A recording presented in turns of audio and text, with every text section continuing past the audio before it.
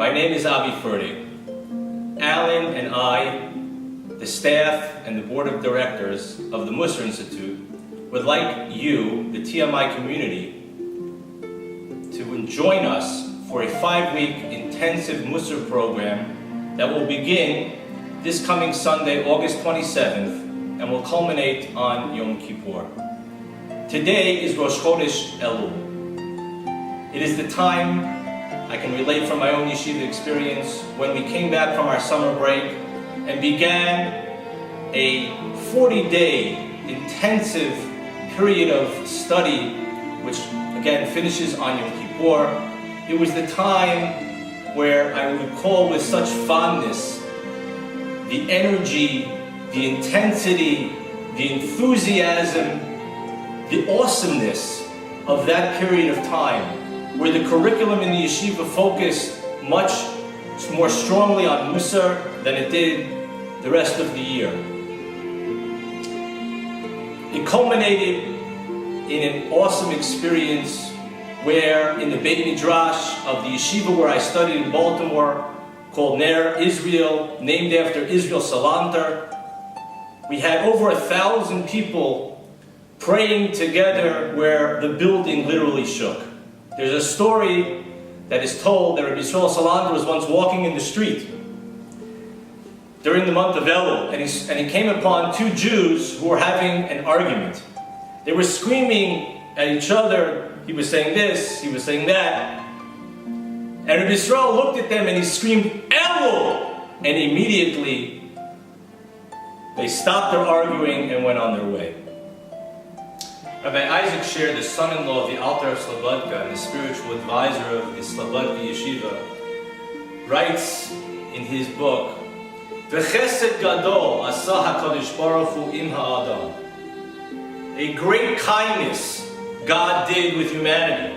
Shekava la'amo Yisrael mo'adim uzmanim. When He established for His nation Israel holidays and times, asher bahem yihu Yisrael muchrachim la'asot cheshbon.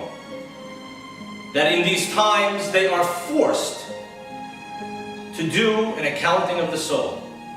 V'zohi, says Rabbi Isaac Sher, v'zohi hizdamnut paz la'adam. This is a golden opportunity for humanity.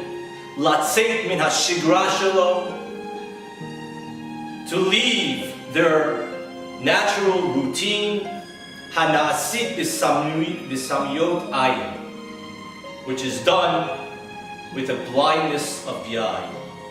Mibli cheshbon, without an accounting, umibli hitbonenut, and without reflection. Ve'elu hayomim, and these days, Yemei Elul, are the days of Elul. Hema hayamim, these are the days, shekava HaKadosh Baruch Hu, that God established. Liyemei cheshbon hama'asim, for days of an accounting of our actions.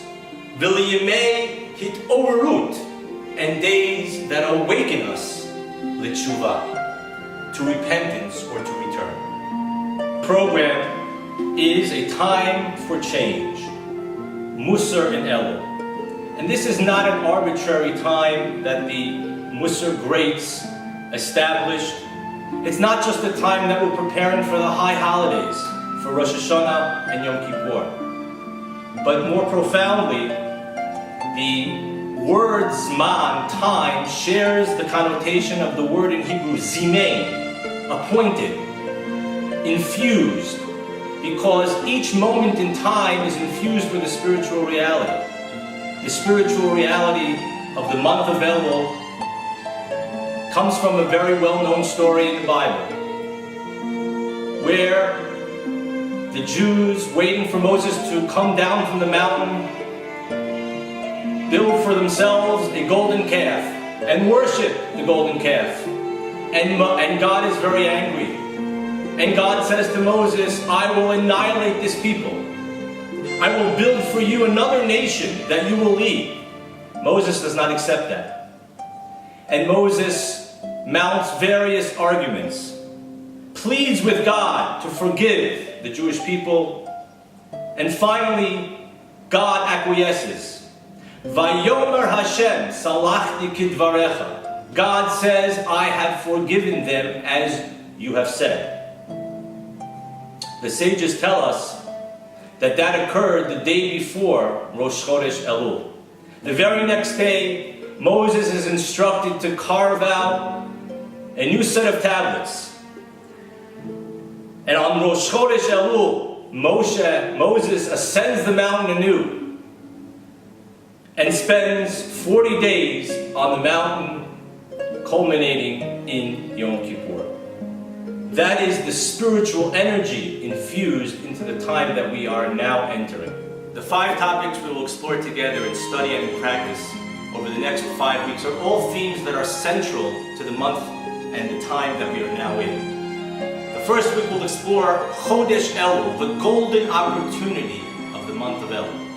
In the second week, which will be the most challenging, we will explore together the theme of Yirat Shamayim, the fear of God, reward and punishment, as a motivator, as a Musar-based motivation for change. In the third week, we will focus on change and free will. You can change.